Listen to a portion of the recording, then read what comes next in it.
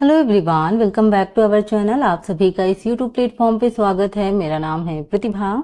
तो जैसे कि एलटी ग्रेड टीचर जो वैकेंसी निकली है, इसके बारे में तो हमने ऑलरेडी आपको इन्फॉर्मेशन दी है, लेकिन आज हम जानने वाले हैं कि जो आपका होम साइंस सब्जेक्ट है, इसका सिलेबस अच्छे से समझने वाले हैं, क्योंकि सबसे ज़्यादा इम्पॉर्टेंट यही होता है कि किसी भी एग्जाम को अगर आप देने जा रहे हैं तो सिलेबस आपको अच्छे से पता होना चाहिए कि उसके जो टॉपिक्स दिया गया है उसके अंदर और क्या क्या चीजें आ सकती हैं।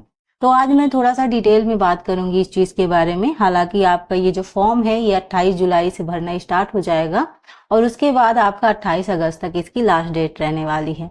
अगर यहाँ मैं बात करूं कि होम साइंस की मैम सीटी कितनी है, तो अभी तक कंफर्म नहीं है, अभी तक ऑफिशियल चीज ये नहीं आई है कि हम आपको बता सकें कि आपके होम साइंस में आपको कितनी सीटें हैं। सो जब भी आ जाएगा मैं शॉर्ट्स के माध्यम से या टेलीग्राम के थ्रू मैं आपको ये सूचना दे दूंगी। सो डोंट वरी, उसका इंतजार ना करते हुए अब आप इस एग्जाम की प्रिपरेशन कीजिएगा। अभी भी बहुत सारे स्टूडेंट को ये डाउट अभी भी मन में हो रहा है कि बीएड जरूरी है कि नहीं जरूरी है। तो मैं बार बार आपसे यही कहूंगी कि बीएड जरूरी नहीं है, स्पेशली होम साइंस स्टूडेंट के लिए। मैं सबकी बात नहीं कर रही हूँ, मैं स्पेशली आपका जो सब्जेक्ट है होम साइंस, मैं इसकी बात कर रही हूँ। और रही बात पीजी की, सो बहुत सारे बच्चों का ये भी है कि जो अपेयरिंग वाले हैं, मतलब अभी जिनका कंप्लीट नहीं हुआ है, क्या वो लोग भी ये फॉर्म अप्लाई कर सकते हैं, चाहे जीआईसी का हो, एलटी का हो, जो भी है। सो यहाँ पे अगर सीधी सीधी बात की जाए तो अगर आप जब तक फॉर्म भर रहे हैं, ठीक है, और जो लास्ट डेट है उसके पहले अगर आपका पीजी कंप्लीट हो जाता है, यानी आपके पास रिजल्ट आ जाता है, ठीक है, तो वो आपका तब मान्य होगा। यानी इस तरीके से नहीं आप कर सकते हो कि बहुत अभी अपेयरिंग चल रहा है, अभी एग्जाम हुआ नहीं है और रिजल्ट नहीं आया है और आपने वो फॉर्म फिल कर दिया। सो अपेयरिंग वाले मान्य नहीं होंगे। बस ये होना चाहिए कि फॉर्म की लास्ट डेट से पहले आपका पीजी कंप्लीट होना चाहिए, यानी एमए आपका हो जाना चाहिए, तब तो आप एलिजिबल माने जाओगे, अदरवाइज नहीं। सो ये मैं इसलिए बता रही थी क्योंकि बच्चे क्वेश्चन कर रहे थे, तो यहाँ पे समझाना एक जरूरी था। कंफ्यूजन क्रिएट होती रहती है, तो लगता है फॉर्म भरे ना भरे फिर फालतू में पैसे वेस्ट होंगे, इससे अच्छा है कि आपको पूरी सूचना होनी चाहिए।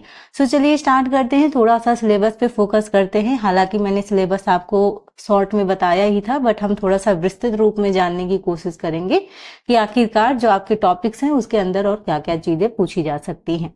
सो स्टार्ट करने से पहले अगर अभी तक आपने मेरा टेलीग्राम चैनल ज्वाइन नहीं किया है तो प्लीज कर लें।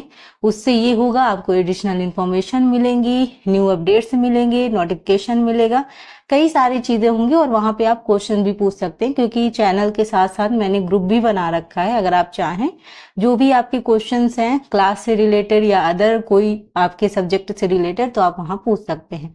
और ये आपको इन्फॉर्मेशन यूजफुल लगे, आपकी कुछ भी हेल्प आ पाए ये इन्फॉर्मेशन, तो इस चैनल से जुड़ जाइए। तैयारी करने के लिए लाइक जरूर कीजिएगा।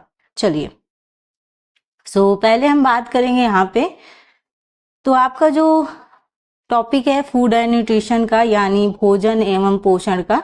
तो यहाँ पे अगर हम इसकी बात करें तो इसमें आपका जैसे पौष्टिक तत्व हैं, आपके प्रोटीन है, कार्बोहाइड्रेट है, वसा है, विटामिन है, खनिज लवण है, ये सारी चीजों के बारे में आपसे पूछा जाएगा। उसके बाद अगर बात करें तो बैलेंस डाइट, यानी किसे कहते हैं संतुलित आहार, मतलब आयु, लिंग और कार्य के हिसाब से जो डाइट प्लान बनाया जाता है, वो सारी चीजों से रिलेटेड भी आपसे चीजें पूछी जाएंगी। तो इसमें आपको ऐसा नहीं कि देखो जैसे आप यहाँ पे इंटर तक वाले में पढ़ते हो तो नेचुरल सी इंफॉर्मेशन दी जाती है, वैसे काम नहीं चलेगा। इसको थोड़ा सा हमें डीप नॉलेज लेनी पड़ेगी इसके लिए, ठीक है। सो ये टॉपिक्स रहेंगे। पोषण चक्र और मेटाबॉलिज्म वाला आपका ये भी रहेगा फूड एंड न्यूट्रिशन में। कुपोषण और पोषण संबंधी रोग, जैसे कुपोषण से आपके क्वाशियोरकर हो जाता है, मिरासमस है, विटामिन डिफिशियंसी है, ये सारी चीजों के बारे में भी आपसे क्वेश्चन पूछे जाएंगे। सो कुपोषण से रिलेटेड जितनी सारी चीजें हैं, कुपोषण किसकी कमी से हो जाता है, इसको रोकने के उपाय क्या हैं, इससे होने वाले रोग कौन कौन से हैं, क्या बच्चों को होते हैं, वयस्क को होते हैं, ये सारी इंफॉर्मेशन आपको होनी चाहिए, ठीक है। और यहाँ पे थोड़ा सा आपको अपडेट भी रहना चाहिए कि कुपोषण का प्रभाव क्या पड़ता है। नेक्स्ट अगर बात करेंगे तो खाद्य संरक्षण के तरीके, जैसे धूप में सुखाना, फ्रीजिंग, केनिंग, अचार बनाना, ये सारी चीजों के बारे में भी, मतलब खाद्य यानी खाने पीने वाली चीजों को आप स्टोर कैसे रख सकते हैं, कौन कौन सी ऐसी विधि है जिनसे आप उन जो खाद्य सामग्री है उनको लंबे समय तक आप सुरक्षित रख सकते हैं। तो ये जो विधियां होती हैं, ये विधियां भी आपसे पूछी जाती हैं। ठीक है, नेक्स्ट बात करें तो रोग विशेष में आहार, जैसे आपके मधुमेह हो गया, हृदय रोग हो गया, एनीमिया के लिए भोजन योजना बनाना। एनीमिया मतलब रक्त अल्पता जो होती है, यानी शरीर में खून की कमी का होना। मधुमेह जैसी बीमारियां अब तो आजकल देखिए यंग जनरेशन में भी, जो डायबिटीज जिसे हम कह रहे हैं, ये सारी चीजें हो रही हैं। हृदय हार्ट अटैक वाले मामले ऑलरेडी बढ़ रहे हैं बहुत ज्यादा। अगर प्रेजेंट टाइम की बात करेंगे तो बहुत ज्यादा हार्ट अटैक के मामले बढ़ रहे हैं। और ये भी ऐसा नहीं है कि बहुत उम्र के जो लोग हैं उनको ही हो रहे हैं, जो यंग जनरेशन है उनको भी हार्ट अटैक जैसी प्रॉब्लम्स हो रही हैं। तो ये सारी चीजें क्या है, इनके बारे में हमको अच्छे से अध्ययन करना पड़ेगा। तो यहाँ पे डीप हमको थोड़ा सा जाना पड़ेगा, ताकि हमारे चाहे जीआईसी का एग्जाम हो, चाहे यूजीसी नेट का एग्जाम हो, सभी में हमको ये सारी चीजें हेल्प करें। तो ये तो रहा पहला। अगर हम यहाँ बात करें दूसरे की, तो होम मैनेजमेंट से आपके क्वेश्चन आएंगे जो कि इंपॉर्टेंट है। देखो ये जितने मैं आपको टॉपिक बता रही हूँ, ये चाहे जीआईसी की बात कर लो, चाहे यूजीसी नेट की बात कर लो, सभी में आपको काम आएगा। ये देखो अपना सब्जेक्ट में ना यही एक पावर होती है, अपने सब्जेक्ट में ये पावर है कि आप किसी भी फील्ड में जाएंगे तो ये जो जितने टॉपिक है ना, ये आपको हमेशा हेल्प करेंगे। ऐसा हो ही नहीं सकता कि आपने ये टॉपिक पढ़ा और वो चीजें पूछी नहीं गई, हमेशा पूछी जाती हैं। कभी ये होता है बस लेवल का अंतर होता है, किसी में बहुत छोटे लेवल से पूछा जाता है, मतलब बहुत शॉर्ट क्वेश्चन पूछे जाते हैं, कुछ में थोड़ा सा डिफिकल्टीज लेवल बढ़ा दी जाती है, बस इतना ही अंतर होता है और कोई अंतर नहीं, पूछा ही नहीं, सब टॉपिक से जाता है। सो होम मैनेजमेंट से आपका क्या क्या चीजें आ सकती हैं, संसाधनों का प्रबंधन, जैसे समय, ऊर्जा, धन, श्रम, बुद्धिमान का उपयोग, ये सारी चीजें आपकी पूछी जाएंगी। उसके साथ साथ बजट बनाना, घरेलू रेखा, भाई मतलब हाउस होल्ड जो होते हैं, कैसे बजट, भाई जिनकी सैलरी एक फिक्स है महीने में आती, तो उनको तो अपना बजट बना के ही चलना पड़ता है। उसके बाद भी आप कितने चीजों को आप एक्स्ट्रा पैसे बचा के एक्स्ट्रा चीजें कर सकते हो, वो भी थोड़ा सा ये मैनेज करना प्लानिंग के हिसाब से, ये सारी चीजें आती हैं इसमें। परिवार में निर्णय लेने की प्रक्रिया वगैरह, ये भी आपकी इसमें आ जाती है। साथ साथ में बात करें तो कार्य विभाजन और कार्य निर्देशन वगैरह, यानी वर्क डायरेक्शन, और ये आपका संगठनात्मक कौशल और नेतृत्व गुण, यानी लीडरशिप जो क्वालिटी वगैरह है, इससे रिलेटेड आपके क्वेश्चन पूछे जाते हैं। ठीक है, घर की सजावट, यहाँ से क्वेश्चन आएगा, जैसे रंग संयोजन हो गया, फर्नीचर व्यवस्था हो गई, सो यहाँ से भी आपके क्वेश्चन पूछे जाएंगे। ओके, अब अगर बात करें यहाँ पे तो फैमिली रिसोर्स मैनेजमेंट, परिवार संसाधन प्रबंधन। अब यहाँ से जो आपके क्वेश्चन पूछे जाएंगे वो है कि परिवार की संरचना और प्रकार, जैसे संयुक्त परिवार, एकल परिवार, विस्तारित परिवार, तो इन सब के बारे में भी आपसे पूछा जा सकता है। कुछ स्टेटमेंट के थ्रू पूछा जा सकता है, जैसे अभी आजकल के वर्तमान समय में आप देख रहे हैं तो ज्यादातर जो लोग हैं वो एकल परिवार को बहुत पसंद करते हैं। पहले तो संयुक्त परिवार का ही बिल्कुल था, लेकिन अब संयुक्त परिवार टूटते टूटते एकल परिवार, मतलब पति पत्नी और उनके बच्चे, मतलब एकल परिवार, ये अविवाहित बच्चे। ठीक है, तो ये आपके एकल परिवार में, संयुक्त में सब दादा दादी से लगा के सारे लोग मतलब मिलके रहते हैं। तो अभी ये है ना, चीजें थोड़ा सा अलग हैं, कुछ न्यू हैं, कुछ सही भी हैं, कुछ नहीं भी सही है। तो दोष गुण वगैरह सारी चीजें हैं, तो उस हिसाब से थोड़ा स्टेटमेंट वाइज क्वेश्चन इससे पूछा जाता है। संसाधनों की उपलब्धता और उनका उपयोग, इससे रिलेटेड आपके क्वेश्चन पूछे जाएंगे। ठीक है, समय और कार्य का संतुलन, balance of time and work, आप कैसे करोगे। संघर्ष समाधान और सामंजस्य कौशल, यहाँ से भी आप मतलब ये आपकी समझ बेस है ना, आपकी समझ पर आधारित है, आप इन क्वेश्चनों को अपने समझ के हिसाब से ये करोगे। ठीक है, नेक्स्ट अगर हम बात करें तो ह्यूमन डेवलपमेंट से आपसे क्वेश्चन पूछा जाएगा, यानी मानव विकास से रिलेटेड प्रश्न पूछे जाएंगे। जैसे शैशवावस्था से वृद्धावस्था तक का जो विकास का क्रम है, जो डेवलपमेंट है, भाई शैशवावस्था में क्या क्या चेंजेस होते हैं, वृद्धावस्था तक वो प्रक्रिया कैसे कैसे जाती है। भाई विकास तो एक क्रम में चलता है ना, एक ऑर्डर में चलता है। ऐसा तो बिल्कुल नहीं हो जाता कि भाई शैशवावस्था आते ही फिर सीधा आप किशोरावस्था में जंप कर गए, फिर सीधा आप वृद्धावस्था में, तो ऐसा नहीं है ना। किशोरावस्था से धीरे धीरे, शैशवावस्था से धीरे धीरे धीरे धीरे बाल्यावस्था से लगा के फिर आप वृद्धावस्था तक जाते हैं। तो ये जो ऑर्डर चलता है, इन ऑर्डर में क्या क्या चेंजेस हैं, एवरीथिंग काफी डीप तरीके से अगर आप पढ़ोगे तो आपको चीजें और अच्छे से समझ में आएंगी। तो यहाँ से रिलेटेड आपके क्वेश्चन आते हैं। शारीरिक, मानसिक, सामाजिक और भावनात्मक विकास की जो अवस्थाएं हैं वो पूछा जाता है। ठीक है।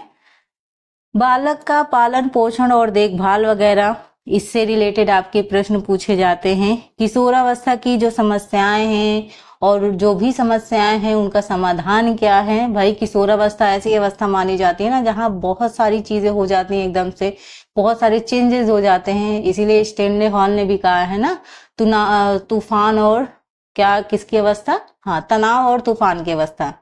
ठीक है। तो यहाँ पे यही चीज है ना भाई, तनाव भी रहता है, बहुत सारी चीजें आती हैं जाती हैं कैरियर वाइज और बहुत सारी चीजें होती हैं। तो इस वक्त क्या होता है, अगर बच्चा सही डायरेक्शन पा गया तो आगे बढ़ जाएगा, अगर गलत राह पे चल गया तो फिर मुश्किल हो जाएगी। तो मतलब सारी चीजें इस पे से रिलेटेड पूछी जाती हैं, क्या क्या चीजें होती हैं। वृद्धावस्था की विशेषताएं और देखभाल से संबंधित प्रश्न पूछे जाते हैं। वहीं अगर हम बात करें तो चाइल्ड डेवलपमेंट एंड साइकोलॉजी, यानी आपका बाल विकास एवं मनोविज्ञान से संबंधित प्रश्न। यहाँ पे कुछ थ्योरीज पूछी जाते हैं, कुछ मनोवैज्ञानिक की थ्योरीज हैं, जैसे जीन पियाजे महोदय जी हैं, कोहलबर्ग हैं, वाइगोस्की हैं और एरिक्सन हैं। तो ये बहुत ही इंपॉर्टेंट मनोवैज्ञानिक हैं। आप किसी भी एग्जाम में देखेंगे तो इनका रोल बहुत है, इनसे रिलेटेड क्वेश्चन पूछा जाता है। अभी भी देखिए, चाहे हम यूजीसी नेट के पेपर की बात करें तो एरिक्सन से आपका क्वेश्चन आता है, पियाजे से आपके बहुत सारे क्वेश्चन पूछे जाते हैं, कोहलबर्ग से भी आता है, ऐसा नहीं कोहलबर्ग से नहीं आता है, यहाँ से भी आता है। तो ये आपकी इंपॉर्टेंट है। इन जो मनोवैज्ञानिक हैं इनको हमें कंप्लीट करना है, अच्छे से इनकी थ्योरी समझनी है और अच्छे से इनकी थ्योरी पढ़नी है। ठीक है। नेक्स्ट है आपका अभिरुचि, बुद्धिलब्धि और व्यवहार, एप्टीट्यूड, आईक्यू, बिहेवियर वगैरह, इससे रिलेटेड प्रश्न। विशेष आवश्यकता वाले बच्चे की समझ, यानी जो स्पेशल नीड वाले चिल्ड्रन हैं उनके बारे में पूछा जाता है आपसे क्वेश्चन। नेक्स्ट है आपका मनोवैज्ञानिक परीक्षण और मूल्यांकन। ठीक है। टेस्टिंग एंड असेसमेंट से रिलेटेड आपके क्वेश्चन पूछे जाएंगे। 6 की बात करूं तो कंज्यूमर एजुकेशन से संबंधित प्रश्न पूछा जाएगा, यानी उपभोक्ता शिक्षा, उपभोक्ता अधिकार और कर्तव्य। तो यहाँ पे थोड़ा सा हमें करंट से भी अवेयर रहना चाहिए, क्या क्या चीजें हैं, क्या क्या चीजें जानना जरूरी है। उपभोक्ता संरक्षण अधिनियम जो प्रोटेक्शन एक्ट है उसके बारे में, मानक चिन्ह से रिलेटेड बहुत क्वेश्चन पूछे जाते हैं, ISI, एगमार्क, हॉलमार्क वगैरह किन चीजों के लिए होते हैं, इनसे रिलेटेड प्रश्न पूछे जाते हैं। तो काफी इंपॉर्टेंट है। मानक चिन्ह से तो क्वेश्चन हमेशा पूछे जाते हैं, किसी भी आप एग्जाम में देखो, मतलब मोस्ट इंपॉर्टेंट है ये। तो ये उपभोक्ता शिक्षा है ना, देखो जो थोड़ा सा करंट से रिलेटेड चीजें होती है ना, तो ये जो एग्जामिनर होते हैं ना इनको भी पूछने में बहुत अच्छा लगता है। वो इसलिए क्योंकि उनको लगता है कि क्या जो बच्चे हैं वो पिछली ही चीजों को लेकर चल रहे हैं, क्या वो नई चीजों से अवेयर हैं या नहीं, क्योंकि जानना जरूरी है। हम जिस फील्ड में काम करते हैं और जो शिक्षा हमें प्रोवाइड करनी है बच्चों को, तो उसमें तो यही ज्यादा जरूरी है ना कि बच्चों को हम करंट से अवेयर करें कि जो नेचुरल, जो रियल में जो चीजें चल रही हैं वो क्या हैं, और आप सतर्क रहें ताकि आपको कोई नुकसान ना पहुंचे। भाई खाने पीने वाली चीजों में भी बहुत सारी मिलावट वगैरह होती है, इसी वजह से ये चिन्ह वगैरह होते हैं, लगाए जाते हैं। उसके साथ साथ ये भी है कि धोखाधड़ी से बचने के लिए भी ये सारी चीजें जरूरी है। यही बात करें तो चतुर उपभोक्ता बनना, खरीदारी में सावधानी रखना, ये भी आपका जरूरी है। तो यहां से भी आपके क्वेश्चन पूछे जाते हैं। नेक्स्ट है आपका क्लॉथिंग एंड टेक्सटाइल, इंपॉर्टेंट है और टेक्सटाइल से क्वेश्चन पूछे जाते हैं। यहाँ पे अगर मैं बात करूं तो हर एक टॉपिक जितना मैंने आपको बता रही हूँ, यहाँ से 10 से 12 क्वेश्चन आप मानकर चलिए हमेशा पूछा जाता है। ऐसा बिल्कुल नहीं होगा कि अगर आप सोचे कि एक टॉपिक तो होगा जो मोस्ट इंपॉर्टेंट होगा, एक होगा हो सकता है उससे कम आए। हाँ, ये हो सकता है भाई कि ऐसा तो होगा नहीं कि बराबर बराबर सब में आ जाएगा भाई, किसी में ज्यादा किसी में कम, ये हो सकता है, लेकिन आएंगे सभी टॉपिक से क्वेश्चन। तो ये हमको बना के चलना है चीजें, हम किसी को छोड़ नहीं सकते। वस्त्र निर्माण की प्रक्रिया, फाइबर से फैब्रिक तक की जो प्रोसेस होता है वो आपका पूरा प्रोसेस पूछा जाएगा टेक्सटाइल का। वस्त्रों की देखभाल जैसे धोना, प्रेस करना, फिर उनको स्टोर करके रखना, ये सारी चीजों से रिलेटेड आपसे पूछा जाएगा। वहीं अगर हम बात करें तो टेक्सटाइल फाइबर, ठीक है, यहाँ पे नेचुरल और सिंथेटिक जो फाइबर है इसके लिए आपसे क्वेश्चन पूछेंगे। पहनावे और व्यक्तित्व का संबंध, relationship between clothing and personality, तो यहाँ से भी आपसे प्रश्न पूछेंगे। ये तो देखो आप अपने आप समझ पे आपका आधारित है, आप अपने आप समझ सकते हो कि भाई कपड़े पहनने में सच में पर्सनालिटी चेंज होती है। ये बहुत जरूरी होता है कि आप क्या वेयर कर रहे हो, क्या पहन रहे हो और किस टाइम पे क्या चीज पहन रहे हो, ये बहुत ज्यादा जरूरी है। इसी से लोग आपको जज करते हैं, है ना, उसी से आपकी पर्सनालिटी दिखती है। कभी किसी को देखा है कि किसी ने भाई जैसे कहीं मान लो ऑफिशियल रूप में जा रहे हैं, उस तरीके का ड्रेस वेयर कर रहे हैं और बिल्कुल बिल्कुल मेंटेन होके, है ना, तो उनका देखो लुक आपको अलग ही अट्रैक्ट करेगा। आप किसी भी तरफ देख रहे हो आपका मन करेगा उस इंसान को देखने का कि हाँ यार इसने तो कुछ मतलब ठीक से वेयर किया वगैरह, वैसा आप समझ रहे हो जैसा मैं बोल रही हूँ, ठीक है। सो कपड़े का तो बहुत ज्यादा रोल है, ये तो हम मानते हैं। अब है आपका एक्सटेंशन एजुकेशन एंड कम्युनिकेशन, यानी विस्तार, शिक्षा और संप्रेषण से संबंधित। एक्सटेंशन से हमेशा क्वेश्चन पूछे जाते हैं, चाहे यूजीसी नेट हो, जेआईसी हो, एलटी हो, असिस्टेंट प्रोफेसर हो, कोई भी एग्जाम हो, असिस्टेंट से आपके क्वेश्चन पूछे जाते हैं। तो यहाँ पे उनके सिद्धांत, सॉरी असिस्टेंट कह रही हूँ, एक्सटेंशन, ठीक है, तो आपके इसके सिद्धांत पूछे जाएंगे, इनके तरीके पूछे जाएंगे, ग्रुप जो डिस्कशन है, प्रदर्शनी है, रोल प्ले है, उनकी टेक्निक वगैरह, ये सारी चीजें पूछी जाएंगी। मास मीडिया और आईसीटी से संबंधित प्रश्न भी पूछे जाएंगे कि उनका गृह विज्ञान में क्या रोल है। सो यहाँ से संबंधित भी आपके प्रश्न पूछे जाएंगे। देन है आपका रिसर्च मेथड एंड स्टैटिक्स, यहाँ से संबंधित प्रश्न आएगा, यानी अनुसंधान विधियां एवं सांख्यिकी कभी कभी शामिल किया जाता है। मतलब ऐसा नहीं कर सकते हो कि मतलब हमेशा आता है, बट हो सकता है शामिल कर दें।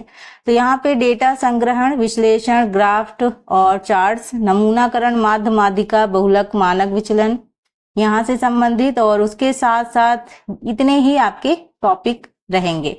और जब आपका एग्जाम, जब आपका ऑफिशियल सिलेबस आ जाएगा तो वो भी मैं आपको डिस्कस कर दूंगी, ठीक है, क्योंकि 2018 में ये पेपर हुआ था, उसके बाद से ये नहीं हुआ। यहीं अगर मैं बात करूं थोड़ा सा महत्वपूर्ण जो टिप्स वगैरह हैं उसको थोड़ा सा मैं बता देना चाहती हूँ। यहाँ पे देखो प्रत्येक यूनिट से कम 10 से 15 प्रश्न पूछे जाएंगे, प्रत्येक यूनिट से, इतना आप मान के चलो, ठीक है। और इसमें आपको ये ध्यान देना है कि प्रीवियस ईयर से शुरू कर दो, बहुत जरूरी है। ये आपका एक तरीके से कहो तो ये आपका एक मजबूत पॉइंट है। प्रीवियस ईयर अगर लगा लिया तो बहुत चीजें आपकी ऑलरेडी सॉल्व हो जाती हैं। नोट्स को डायग्राम और चार्ट के साथ तैयार करो। और होम साइंस में अगर आपको पढ़ना है तो ग्रेजुएशन लेवल की एनसीईआरटी और इग्नू के नोट्स वगैरह पढ़ सकते हो, अपने ग्रेजुएशन के नोट्स पढ़ सकते हो, पीजी के नोट्स पढ़ सकते हो, और यहाँ पे यूजीसी नेट के नोट्स पढ़ सकते हो। ये सभी आपके हेल्प करेंगे। भाई आपको टॉपिक देखना है, टॉपिक के बाद आपको सर्च करना है अपना जो भी बुक्स वगैरह है, और बुक से अगर पढ़ोगे ना नॉलेज ज्यादा अच्छी मिलती है, डीप नॉलेज।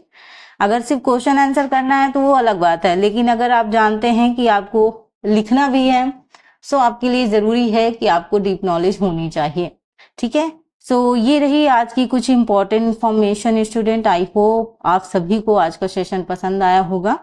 सो अभी मैं बहुत जल्द इसकी क्लास लाने वाली हूँ, वो इसलिए नहीं ला पा रही हूँ क्योंकि 27 को एक एग्जाम है जिसकी वजह से मैं थोड़ा सा बिजी हूँ। तो इस वजह से मैं प्रॉपर तरीके से क्लास अभी नहीं ले पा रही हूँ। हालांकि मैंने आपसे प्रॉमिस किया कि हम लोग फ्री में पूरी क्लासेस करेंगे यहाँ पे। तो यूजीसी नेट का अगर सिलेबस कंप्लीट हो गया तो ऑलरेडी जीआईसी और आपका एलटी का भी इसी के अंदर आ ही जाएगा। सो डोंट वरी, और मिलते हैं नेक्स्ट क्लास में। अपना ध्यान रखिएगा, अपने माता पिता का। Thank you for watching, thank you so much, bye bye.